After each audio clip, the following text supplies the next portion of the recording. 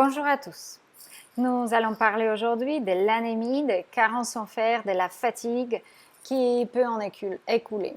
Si vous souffrez de certains de ces symptômes, n'hésitez pas à rester avec nous, il y aura des solutions.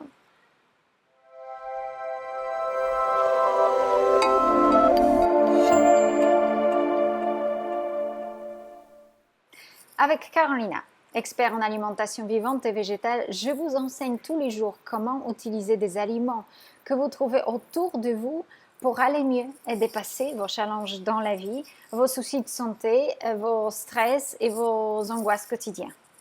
Alors, la carence en fer est une carence extrêmement connue et vous pouvez en apprendre beaucoup plus dans notre formation. Vous pouvez découvrir beaucoup plus d'informations individuellement avec moi. Et si vous avez besoin de travailler, vous, sur votre souci, sur votre carence en fer, n'hésitez pas à prendre une consultation. Il y a encore 2 places disponibles pour le mois de novembre à moitié prix, alors profitez-en. Et nous allons vous aider. Parce que l'approche, il faut qu'elle soit assez individualisée. Mais je vais vous donner quelques informations générales. Je vais vous expliquer un tout petit peu comment pouvoir faire des choses à la maison pour que ça aille mieux, pour que vous puissiez éviter les conséquences graves des carences en fer qui sont les transfusions, qui sont les infusions des injections en fait, du fer, qui peuvent être assez problématiques et des compléments de pharmacie qui ont des effets secondaires. D'où vient déjà la carence en fer? Parce que ce n'est pas quelque chose de rare, c'est quelque chose d'extrêmement courant, diagnostiqué ou pas. La plupart des femmes souffrent de carence en fer, à l'hémoglobine assez basse ou encore ferritine insuffisante, ou tout simplement la population masculine aussi, mais féminine, elle est plus sujet à cette carence parce que nous avons les menstruations et dans les menstruations, nous perdons du sang tous les mois. Et chaque perte du sang, et là attention aussi aux prises de sang, peut créer les diminutions en fait de vos nutriments, donc également du fer, etc. Et de votre immunité. Parce qu'il faut comprendre déjà plusieurs raisons pour lesquelles on peut avoir des carences en fer. Évidemment, perdre du sang. Évidemment, le manque d'alimentation adéquate. Donc, ça veut dire que dans votre alimentation, la plupart de vos aliments ne contiennent pas suffisamment de nutriments. Et nous allons parler de différents aliments qui contiennent le fer. La plupart de gens pensent qu'il faut absolument consommer de la viande rouge pour avoir suffisamment de fer, mais ce n'est pas forcément le cas. Il y a plein d'aliments végétaux qui corrigent les carences en fer, et notamment un supplément aliment, ou même 2 ou 3 végétaux qui sont extrêmement efficaces pour aider. Et pas que en carence en fer, mais en plein d'autres nutriments également. Donc c'est gagnant-gagnant, toujours. Alors, une autre cause pour laquelle autant de carences en fer augmente en ce moment, c'est une présence du virus Epstein-Barr ou d'autres virus de la famille herpès qui utilisent le fer en tant que métal pour s'en nourrir et créer des ravages dans le corps. Alors, qu'est-ce qu'il fait, notre système immunitaire? Il, d'une certaine manière, on pourrait dire absorbe, cache, enlève le fer de votre système sanguin, voilà, il le rend inutile pour que les virus ne puissent pas s'en nourrir et faire des ravages. Ça, c'est une des raisons très courantes et qui est extrêmement inconnue ou mal connue. Donc, on va se toujours concentrer sur manque et il faut supplémenter, il faut augmenter le taux, tout est augmenté, parfait. Non, parce que le problème du fond n'est pas résolu dans le cas de tout simplement un grand taux viral que vous avez dans le corps et qui ne diminue pas et qui arrive de se nourrir de fer. La supplémentation peut faire plus du mal que du bien à long terme. Lorsque vous avez une grave carence, il faut absolument supplémenter parce que c'est dangereux pour la vie. Mais supplémentation excessive en fer peut causer des problèmes. Donc, comment gérer tout ça?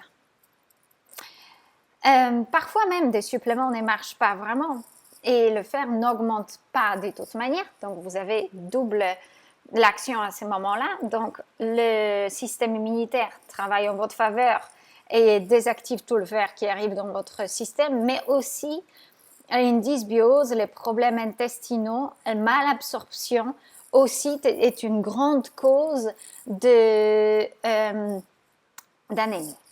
Et lorsque vous avez des soucis digestifs, des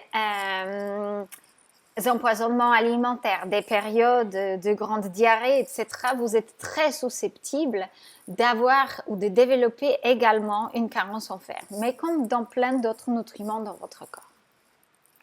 Maintenant, lorsqu'on sait un peu, en grande ligne, d'où ça peut venir et pourquoi ça vous arrive, quels sont les symptômes les plus courants? Les plus courants, en grande ligne également, il y en a plein d'autres et ils peuvent être causés par toute autre chose, mais entre autres, intolérance au froid, grande fatigue, les cheveux qui tombent, les ongles cassants peuvent être, je ne dis pas qu'ils sont, et là il faut que vous vérifiez avec le médecin, mais peuvent être des signes des carences en fer. Maintenant, comment travailler déjà pour que ça ne vous arrive pas? Surtout les femmes qui ont des règles abondantes. Et deuxièmement, lorsque déjà vous avez un souci, hémoglobine basse, ferritine basse ou insuffisance ou diagnostiquer tout simplement l'anémie ou les tendances vers l'anémie. Première chose que vous devriez absolument apporter dans votre alimentation, c'est de la spiruline. Spiruline contient le fer très facile à assimiler et il est primordial pour corriger les carences en fer. Si vous avez déjà l'habitude de prendre de la spiruline et que ça ne suffit pas, doublez la dose. Il n'y a pas d'effet secondaire. Vous pouvez avoir quelques gaz, c'est extrêmement protéiné, mais à part ça, vous ne surchargez votre corps des aliments qui pourraient être utilisés contre vous. Je ne conseille pas sauter sur le foie en tant qu'aliment qui corrige les carences, le foie de poulet ou le foie de bœuf ou autre animal, parce que le foie est un filtre et il emmagasine les nutriments, mais emmagasine aussi des toxines. Et il vaut mieux manger de la viande que l'organe qui détoxifie tout le corps et qui sert également de stockage de toxines environnementaux, de vaccins, de produits chimiques, etc. Donc, je ne pense pas que c'est une solution sans conséquence pour votre corps. Également que lorsque l'animal il est tué, il y a énormément d'adrénaline qui est déchargée et cette adrénaline, entre autres, se loge en grande quantité dans l'os. Donc, je ne conseille pas le bouillon d'os et dans le foie en tant que l'organe qui absorbe l'excès d'adrénaline. Et dans cet instant même, lorsque l'animal est tué, cette charge d'adrénaline touche le foie et est absorbée en grande quantité là-dedans. Donc, c'est un peu comme prendre des stéroïdes. Vous allez être extrêmement boosté, mais pas dans une façon naturelle. Mais comment faire alors naturellement pour qu'il n'y ait pas de conséquences néfastes, pour ne pas mettre le stress dans notre corps? Il y a des aliments extrêmement riches en fer, notamment des lentilles. Et pour rendre les lentilles très assimilables, parce qu'il y a beaucoup de personnes qui vont vous dire que le fer végétal s'absorbe beaucoup moins efficacement. Mais il y a des moyens pour le rendre plus facilement assimilable et aussi votre corps gère l'assimilation. Donc il peut dire ça me suffit, je n'assimile plus, j'en ai plus besoin. Avec de la viande, c'est beaucoup plus difficile. Ça veut dire que ça passe dans le circuit sanguin, c'est un fer déjà composé et nous ne pouvons pas faire grand chose pour stopper l'avalanche du fer qui peut nourrir les virus également. Donc, après, certaines personnes se sentent mieux avec un morceau de viande rouge, mais je ne conseille pas de consommer du foie pour ces raisons-là ou toute autre raison. Et surtout, vos aliments doivent être extrêmement bien nourris et très naturellement. S'ils sont nourris en maïs, soja, les différents mélanges, céréales, etc., c'est pas la peine de les manger parce que vous allez manger tout ça avec. S'ils sont nourris à l'herbe extrêmement naturellement, vous avez beaucoup plus de chances que la viande soit nutritive. Mais beaucoup de personnes ne sont pas vraiment très dans la viande rouge et c'est censé être une source considérable du fer. Mais lorsque vous comparez gramme par gramme, les lentilles sont pas très loin. Vous avez aussi des épinards. Et là, attention, tout le monde va crier, il ne faut pas manger des épinards, l'acide oxalique, etc. Il faut manger des épinards crus, ne les cuisinez pas. Les épinards crus mixés dans le smoothie associés aux fruits riches en vitamine C et bêta-carotène s'absorbent d'une manière extraordinaire et l'acide oxalique ne va pas vous poser de soucis.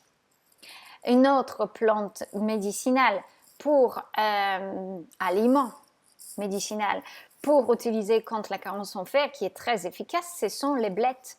Vous pouvez prendre le verre des blettes et également l'utiliser dans le soupe cru ou dans le smoothie cru, ou même dans le jus vert. Le persil, extrêmement efficace. Le persil en jus, lorsque vous avez carence en fer, vraiment, mettez-vous un objectif de consommer au moins une botte par jour. Avec du chouquet, les épinards, les blettes et autres verdures à couleur vert foncé dans votre alimentation quotidiennement. La plus grande erreur des végétaliens et de tout le monde, peu importe sur quelle alimentation vous êtes, c'est le manque de verdure. Les verdures garantissent la nutrition adéquate pour votre corps. Peu importe si vous êtes frugivore, carnivore, cétogénique ou toute autre croyance alimentaire, végétarien, végétalien, etc. Vous avez besoin de verdure. Les verdures nous apportent des blocs de construction et des sels minéraux qu'on ne trouve nulle part ailleurs. Le jus vert, les smoothies verts, les salades, les purées, les guacamoles avec des verdures, mettez partout des verdures. Une autre chose qui va vous plaire beaucoup plus, c'est un jus délicieux qui restaure également l'hémoglobine et donne beaucoup de force.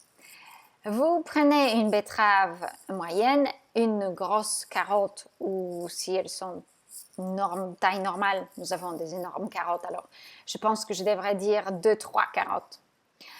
Et une grenade, vous épluchez la grenade, vous prenez un citron, vous passez tout ça à l'extracteur. Vous pouvez diluer un peu avec l'eau de coco. Et vous avez un jus extraordinaire qui restaure aussi la fluidité du sang, l'hémoglobine et les différents nutriments. C'est un jus qui construit, qui est plus constructeur des matières. Et ça peut beaucoup aider. Prenez 1 à 2 cuillères à café, voire plus de spiruline par jour. Jus d'herbe d'orge est extrêmement bénéfique aussi. Et des petites choses que vous pouvez aussi ajouter sont des abricots secs quotidiennement, très bénéfiques. Sont les graines de courge, très bénéfiques, à condition de 1-2 cuillères, 3 cuillères à soupe maximum. Les abricots secs autant que vous souhaitez. Il y a d'autres aliments qui sont riches en fer et nous pouvons y travailler individuellement, mais il y a aussi quelques tisanes qui peuvent être très utiles. Et ça, c'est l'ortie quotidiennement, feuilles de framboisier quotidiennement. Vous pouvez mélanger les deux, peuvent énormément aider. Il y a aussi des moyens de faire des bouillons, d'inclure d'autres plantes et aliments qui aident beaucoup. Mais la technique importante dont j'ai déjà mentionné, mais je vais là quand même très clairement dire, lorsque vous associez les sources de fer à la vitamine C et au bêta-carotène, en même temps dans le même repas, vous boostez par 30-50% l'assimilation de ces fers. Par contre, évitez à tout prix thé, café et chocolat, très riche en tanins. Et ces substances aussi désirables et aussi agréables dans votre alimentation inhibitent et freinent l'assimilation du fer. Donc si vous avez déjà des problèmes, ça va juste aggraver la situation. J'ai travaillé avec des végétaliens qui ont même commencé à manger de la viande et le fer ne remontait pas parce que leur alimentation était très riche en chocolat. Le chocolat va bloquer, même si lui-même est riche en fer, mais il a des substances qui ne permettent pas à l'assimilation de ces fers. Et ce qui se passe aussi, c'est qu'il irrite l'intestin et il aggrave le problème de base par la suite. Et je reviens aux lentilles, parce que je n'ai pas mentionné ce petit détail. Vous augmentez l'absorption et la quantité de nutriments que vous pouvez assimiler des lentilles au moment que vous les germez, pré-germez, en moins, disons, vous les trempez une nuit et vous laissez germer la journée et vous les cuisinez le soir. Elles ne vont pas encore être complètement germées, mais elles vont commencer le processus de germination. Et vous pouvez les consommer complètement germées dans les salades, etc., pré-germées dans les soupes, dans les ragoûts, dans toutes sortes de choses cuisinées. Cuisinez les lentilles, utilisez les lentilles d'une manière que vous pouvez, que vous tolérez bien. Tous les légumineuses sont bénéfiques, mais les lentilles particulièrement, et ce sont les plus digestes. Voilà. Est-ce que vous avez déjà fait face à la carence en fer? Quelle solution avez-vous utilisée? Je vous souhaite plein de bonheur sur ce chemin-là, qui n'est pas toujours facile, de corriger l'anémie, de sortir des carences en fer, mais tout est possible. Donc, gardez l'espoir, travaillez sur l'ensemble de votre corps et vous allez y arriver. Parfois, on a besoin de se supplémenter. Alors, si vous avez besoin d'aide pour votre alimentation aujourd'hui, pour savoir exactement quels aliments utiliser pour vous aider avec vos symptômes qui vous embêtent là aujourd'hui, faites-moi un signe.